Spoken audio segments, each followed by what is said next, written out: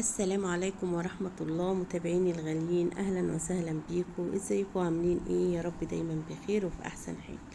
احنا بقى راجعين من العيد الكبير، كل سنة وانتم طيبين. ويا رب بعود الأيام. عملنا بقى طواجن المكرونة، نغير شوية بقى من الايه اللحمة السمينة والحاجات دي. هنعمل طواجن مكرونة زي بتاعة المحلات وأحسن كمان. طبعا عملنا مكرونة باللحمة ومكرونة بالفراخ. هنسمي الله ونصلي على سيدنا محمد ونبدأ مع بعض نقول عملنا ايه. عندي حلة على النار فيها معلقتين زيت على معلقتين زبدة كده، وهنحط معلقة كبيرة من الثوم اللي انا حطاها وبحاول افك فيها دي، لان طبعا انا حطاه في الفريزر، مجمداه في الفريزر زي ما انتوا عارفين وعاملين الفيديو مع بعض.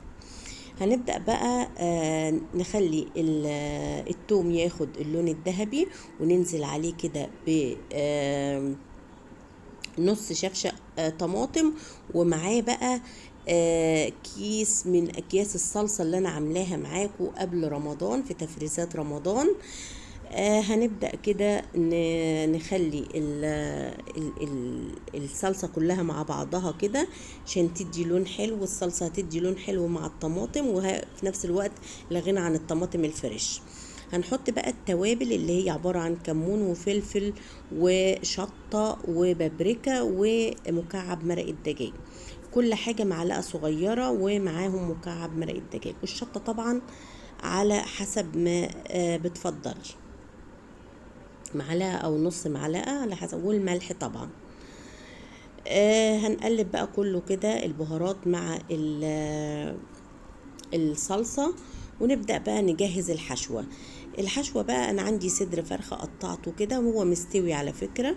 هبدأ بقى احط عليه ملح وفلفل وشطة وبابريكا وبهارات الشاورما، معلقة كبيرة حلوة كده، وهحط كمان معلقة من دبس الرمان. لو عندك، ما عندكيش حطي معلقة عسل اسود، تدي طعم ونكهة حلوة قوي. هنحط كمان نص معلقة توم باودر ونص معلقة بصل باودر. تمام. كمان مش هننسى نحط خل، حوالي كده 3 معالق كبار من الخل، وهنحط كمان زيهم من الزيت طبعا علشان كل ده يتجانس كده مع بعضه.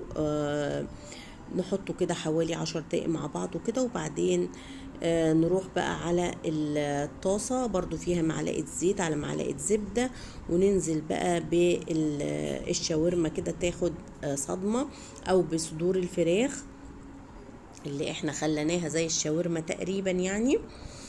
نبدأ كده نحطها تاخد الصدمة. هي طبعا مستوية، مش هتاخد صدمة كتير يعني، مجرد بس تغير اللون كده. وننزل عليها بقى بالبصل اللي احنا مقطعينه مكعبات صغيرة كده. وبعد كده بقى نشوف هنحط عليها ايه بعد ما نقلب البصل معاها. نحط عليها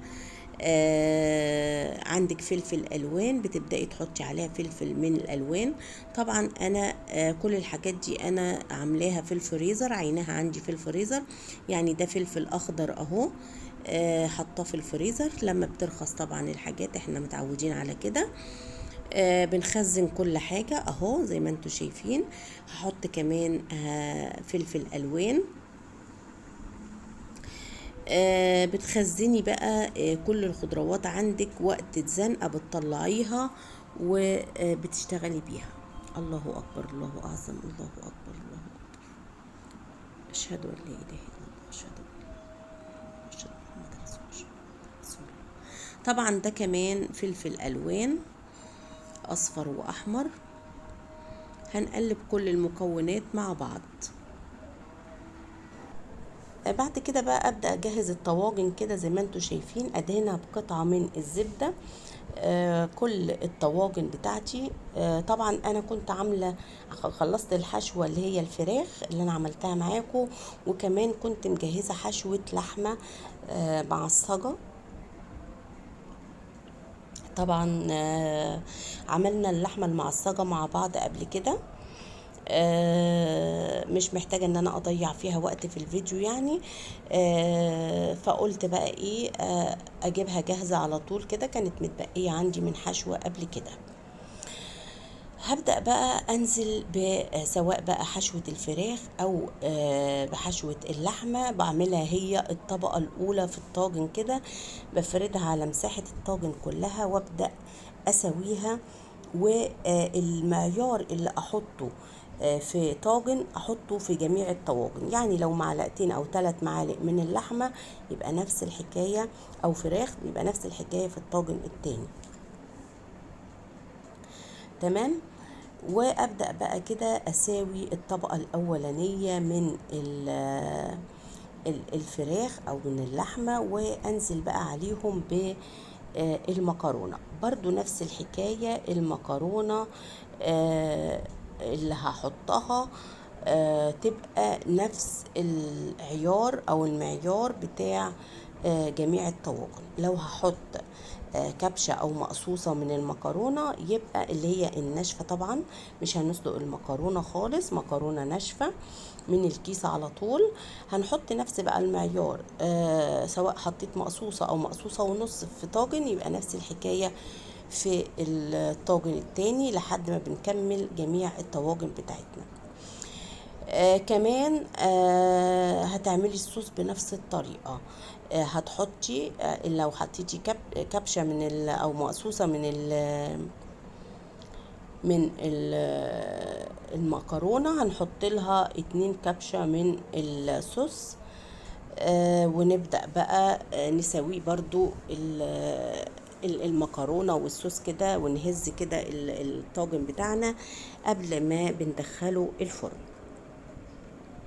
طبعا تقدري تشتغلي باي نوع مكرونه انت عايزاه، مش شرط مكرونه مقصوصه او مكرونه قلم، المتوفر عندك بتشتغلي بيه، كلها بتطلع نتيجه واحده.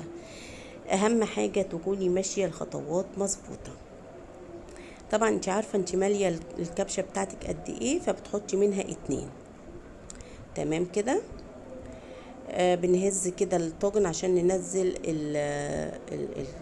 الصوص كده على المكرونة كلها، وينزل لتحت كده عشان تستوي مع بعضها سوا كويس كده. دي كانت الطواجن اللي هي بالفراخ، وهنكمل اللحمة كمان.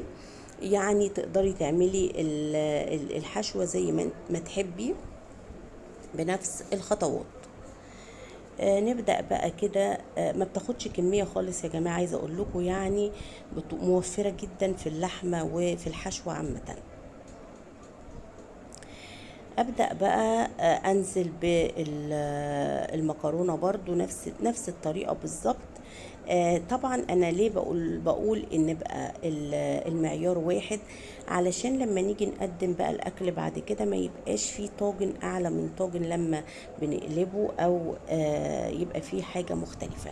بندخلها الفرن بقى على درجة حرارة عالية مدة 10 دقايق، بعد كده بنهدي عليها، بتطلع بقى بالشكل القمر اللي انتوا شايفينه ده. بتبقى مستوية جدا ما شاء الله، وفي نفس الوقت مش معجنة. هوريكم دلوقتي ما شاء الله اهو قبل ما نقلبها، شايفين مستوية وفي نفس الوقت مش معجنة. هنبدأ بقى نقلبها وتبقى احلى طاجن مكرونة، واحلى من بره بكتير. وبكده خلص الفيديو بتاعي، يا رب يكون نال اعجابكم، واستنوني في فيديو جديد، واستودعكم الله يا احلى واجمل متابعين، والسلام عليكم ورحمة الله وبركاته.